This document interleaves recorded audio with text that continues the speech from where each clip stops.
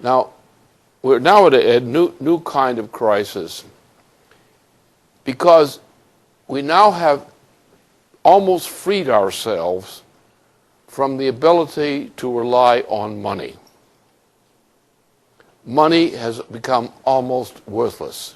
In terms of the amount of money in circulation, only a relatively very small part of the amount of money in circulation is actually involved in production and trade, including consumption.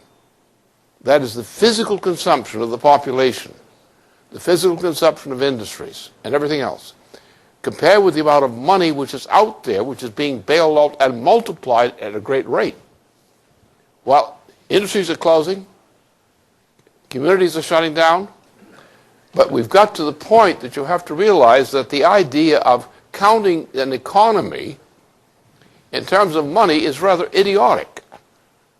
Here you have an actual shrinking of the income and expenditures involving goods and essential services, and you have the mere circulation of gambling money, and the gambling is going on in trillions of dollars.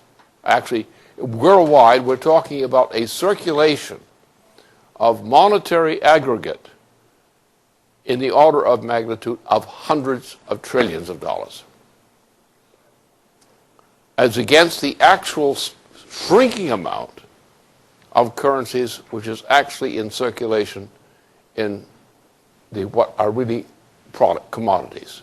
The actual money that's in circulation for goods and services is shrinking, and the shutting down of communities, of cities and towns and states, which is now happening at a rapid rate, is the reality.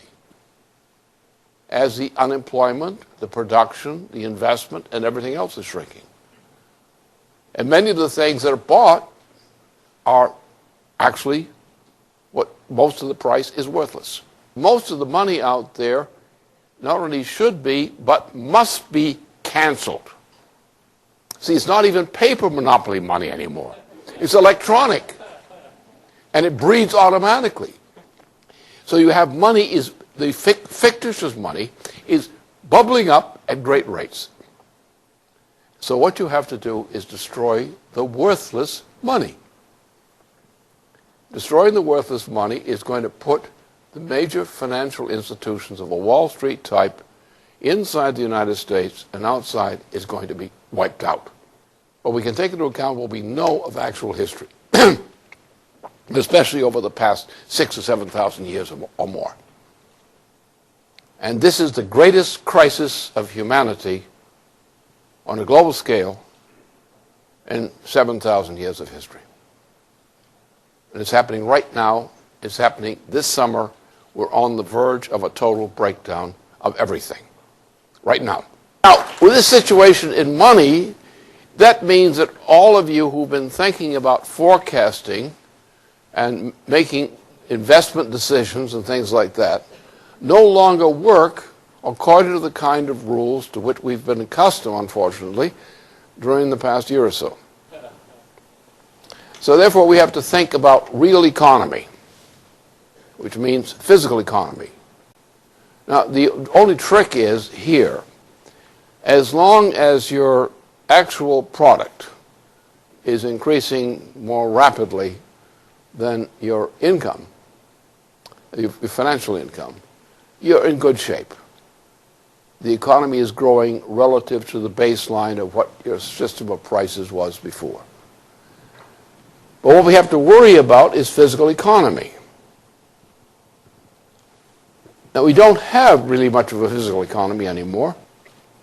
We have a current generation under 25 in which a very small portion of that generation is actually qualified for doing any kind of useful work. We're going to have to employ them.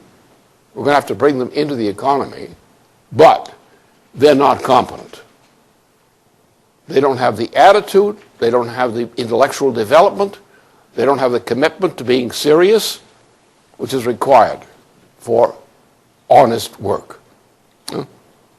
They have almost no intellectual development. They're living in la-la land someplace. or on drugs or degeneracy of some kind, they're not really qualified for it to exist. That's not their fault as such. It's what we did to them by allowing what has been done to them. Now, we don't have the industries anymore. They've been destroyed successfully. Huh? We've gone from industries to the bushes. And now to worse, this Obama land. We need smaller cities. We need cities which are generally not in excess of more than 1 or 2 million population.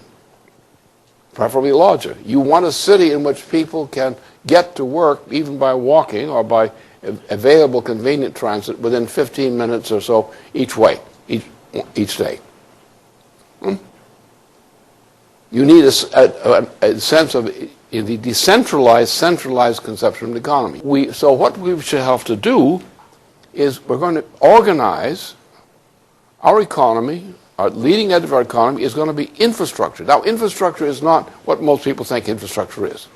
We're going to a new conception of basic economic infrastructure.